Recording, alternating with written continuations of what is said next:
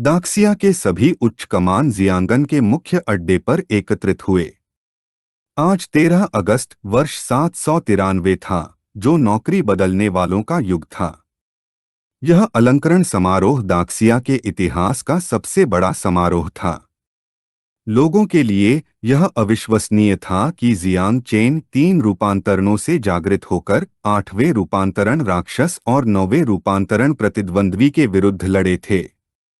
वे खुश थे क्योंकि जियांगन के युद्ध क्षेत्र में एक और प्रतिभा उभरी थी।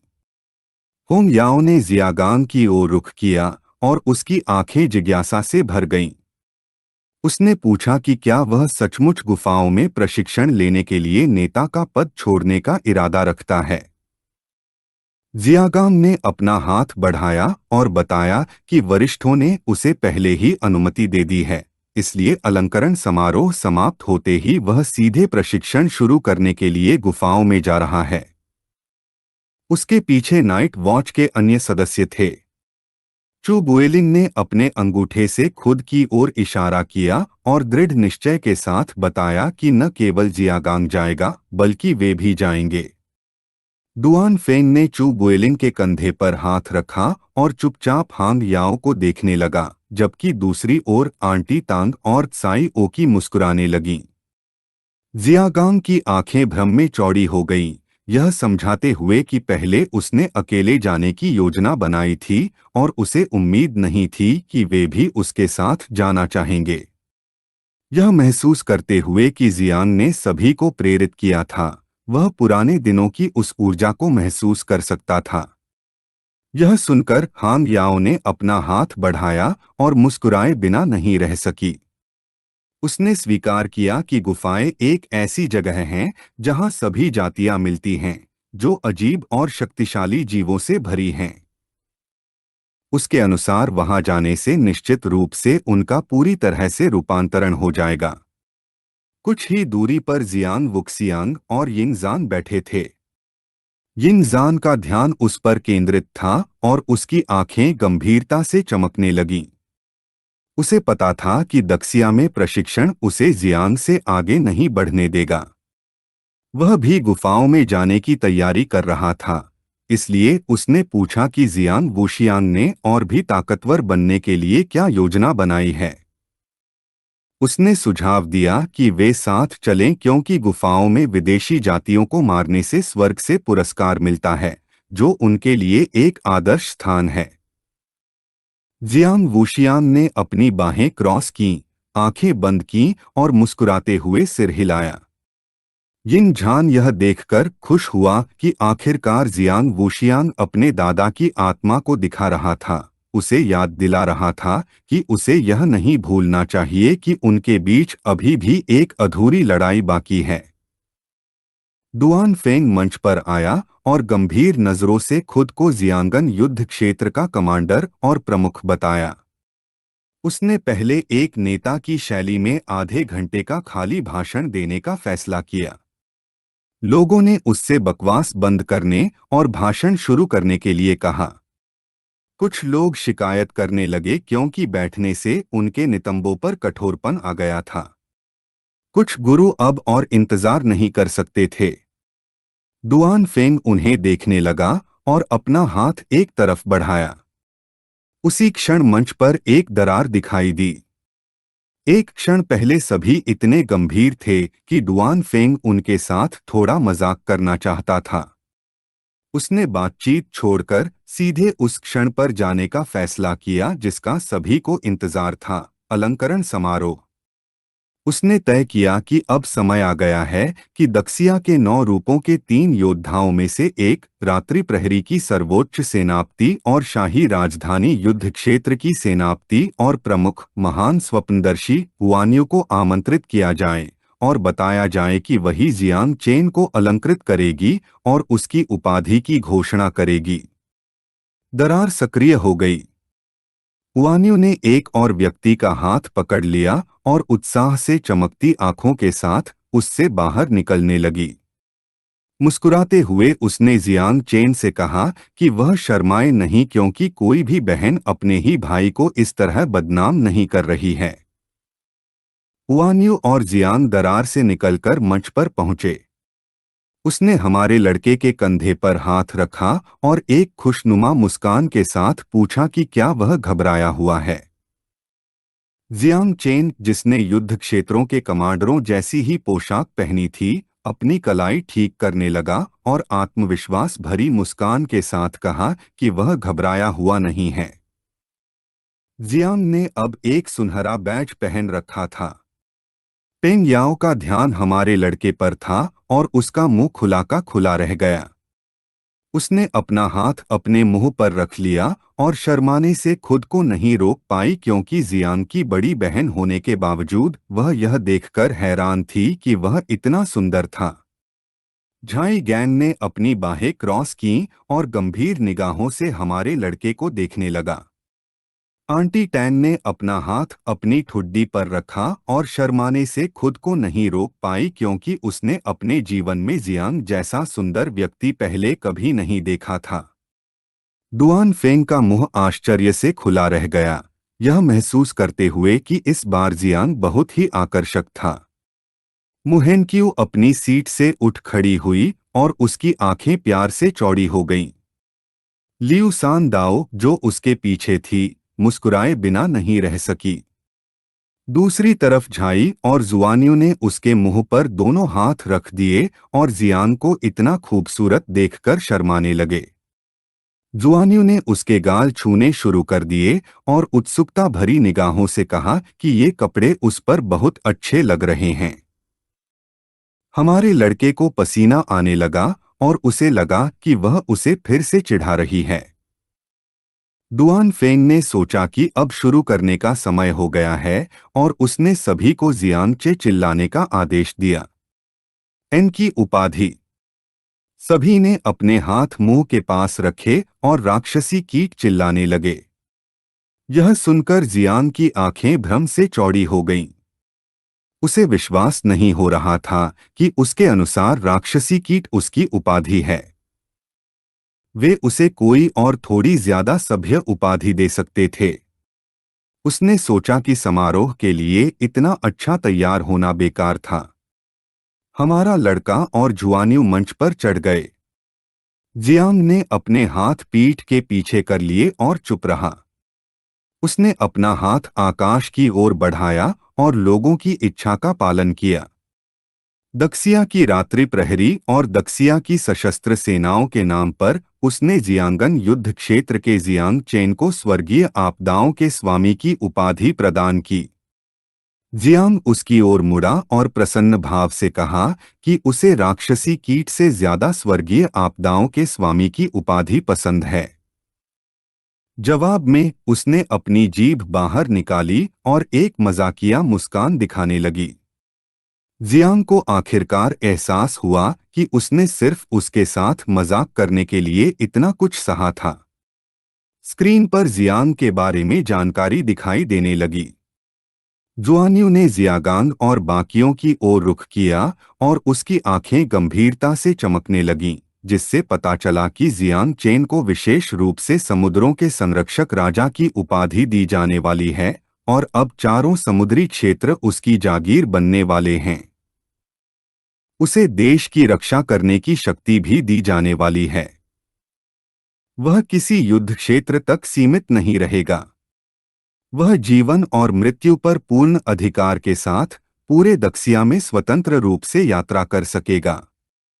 राज्य के संरक्षक को देखकर उसे अजय के बराबर का दर्जा देना चाहिए। आश्चर्यचकित भाव से चू बुएलिंग ने जियागांग से पूछा कि महान स्वप्नद्रष्टा के उस अंतिम वाक्य का क्या मतलब था, क्योंकि वह उसे ठीक से समझ नहीं पा रहा था। चाची तान की आंखें आश्चर्य से चौड़ी हो गईं। जियागांग ने गंभीर नजरों से कहा कि जैसा उन्होंने सुना था वैसा ही हुआ। जियांग राज्य का संरक्षक है। सब लोग हैरान रह गए, क्योंकि हमारा लड़का सिर्फ 18 साल का था और राज्य का संरक्षक बन चुका था, मानो वह स्वर्ग के नियम तोड़ रहा हो। जाई शुआनियों के पिता का ध्यान जियांग पर था और यह सुनकर कि जियांग को समुद्र के संरक्षक राजा की उपाधि मिली है, उन्हें तुरंत एहसास हुआ कि उच्च कमान 3 विदेशी द्वीपों के साथ फिर से संपर्क स्थापित करने की योजना बना रहा है। यह जानने पर कि 4 समुद्री क्षेत्र जियांग की जागीर बनने वाले हैं, उन्होंने देखा कि 3 विदेशी द्वीप अब जियांग चेन के निजी क्षेत्र माने जाते हैं। उन्होंने वृद्ध गु कैशेन को बताया कि उनके शिष्य को सीधे कटघरे में खड़ा किया जा रहा है।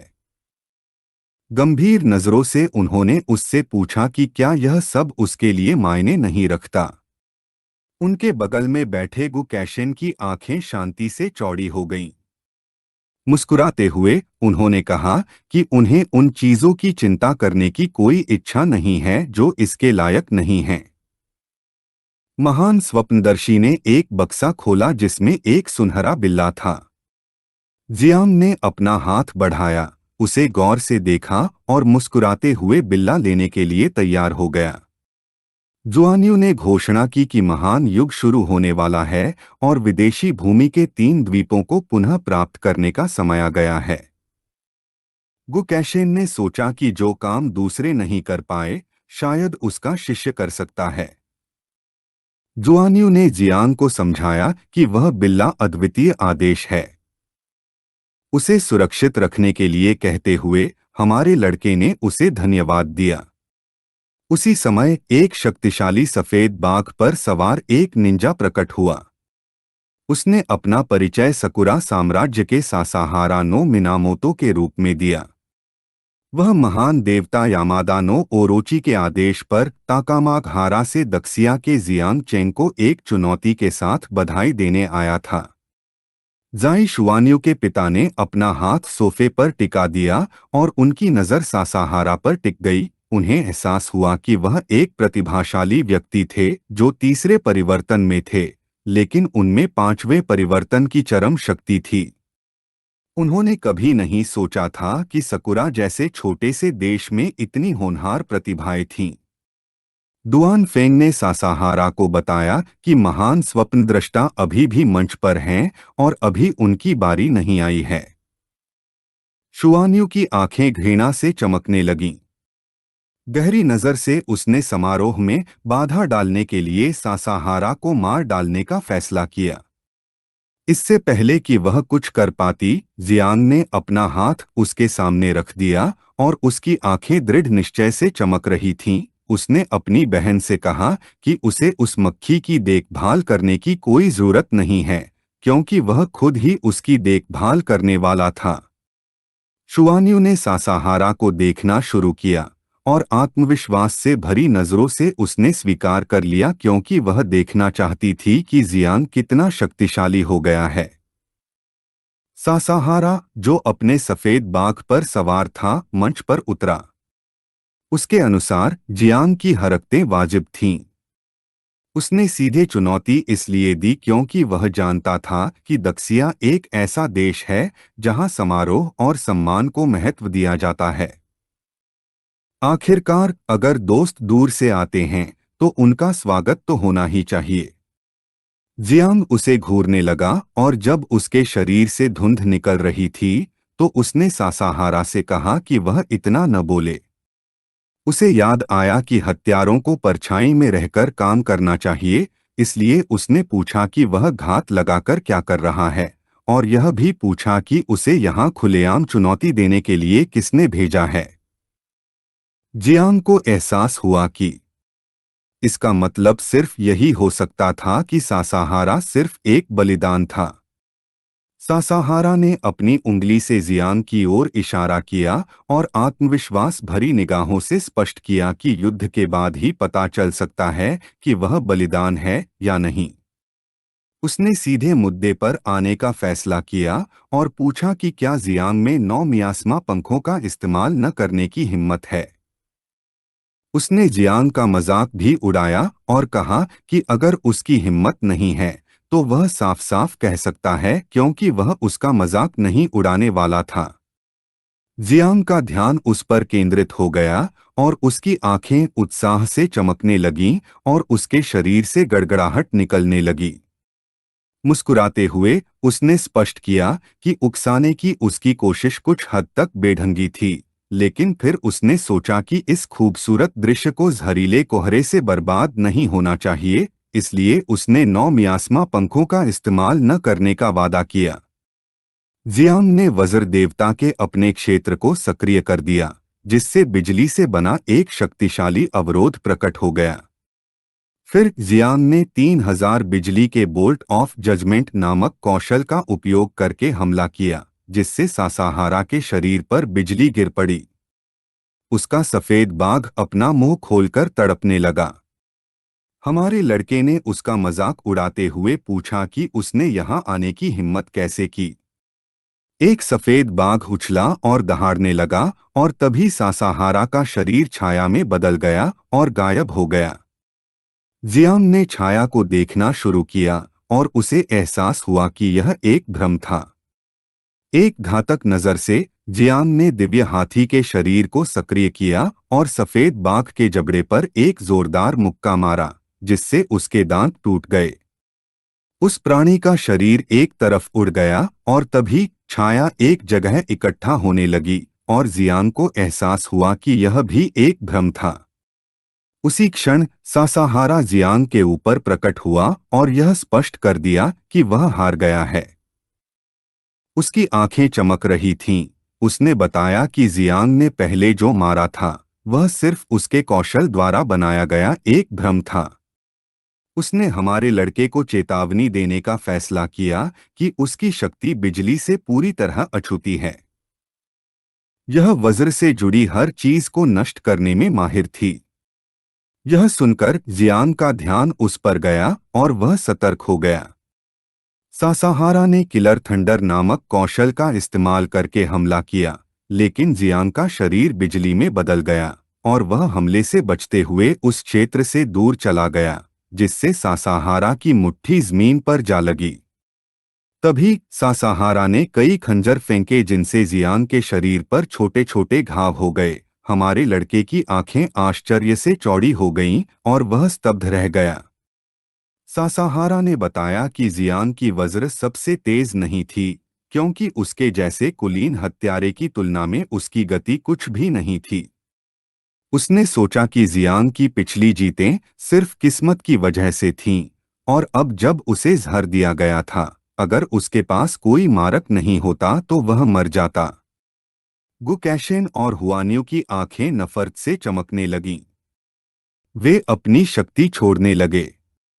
महान स्वप्नद्रष्टा ने स्पष्ट कर दिया कि सासाहारा मृत्यु की तलाश में है, इससे पहले कि वे युद्ध में हस्तक्षेप कर पाते। जियांग ने उनसे हिलने डुलने से मना किया, क्योंकि अगर वह इस युद्ध का समाधान नहीं करता तो सभी अलंकरण रद्द हो जाते। सासाहारा ने अपना हाथ बढ़ाया और हंसे बिना नहीं रह सका, यह समझाते हुए कि अब 9 मियास्मा पंखों का उपयोग करना जियांग की छवि के लिए एक जबरदस्त आघात होगा। उसने पूछा कि क्या जियांग ने प्राचीन देवता का रक्त पीकर एक सप्ताह के लिए बेहोश होने की योजना बनाई थी, या अपने राक्षसी अजगर को बुलाकर स्वर्ग को उसे नष्ट करने देने की। जियांग के शरीर से लाल ऊर्जा निकलने लगी। वह सासाहारा को देखने लगा और मुस्कुराते हुए सोचा कि यह उसके खिलाफ एक नई तकनीक का परीक्षण करने का एकदम सही मौका है। सासाहारा ने अपनी तलवार निकाली और यह देखकर सदमे में आ गया कि जहर का अभी भी जियांग पर कोई असर नहीं हुआ है।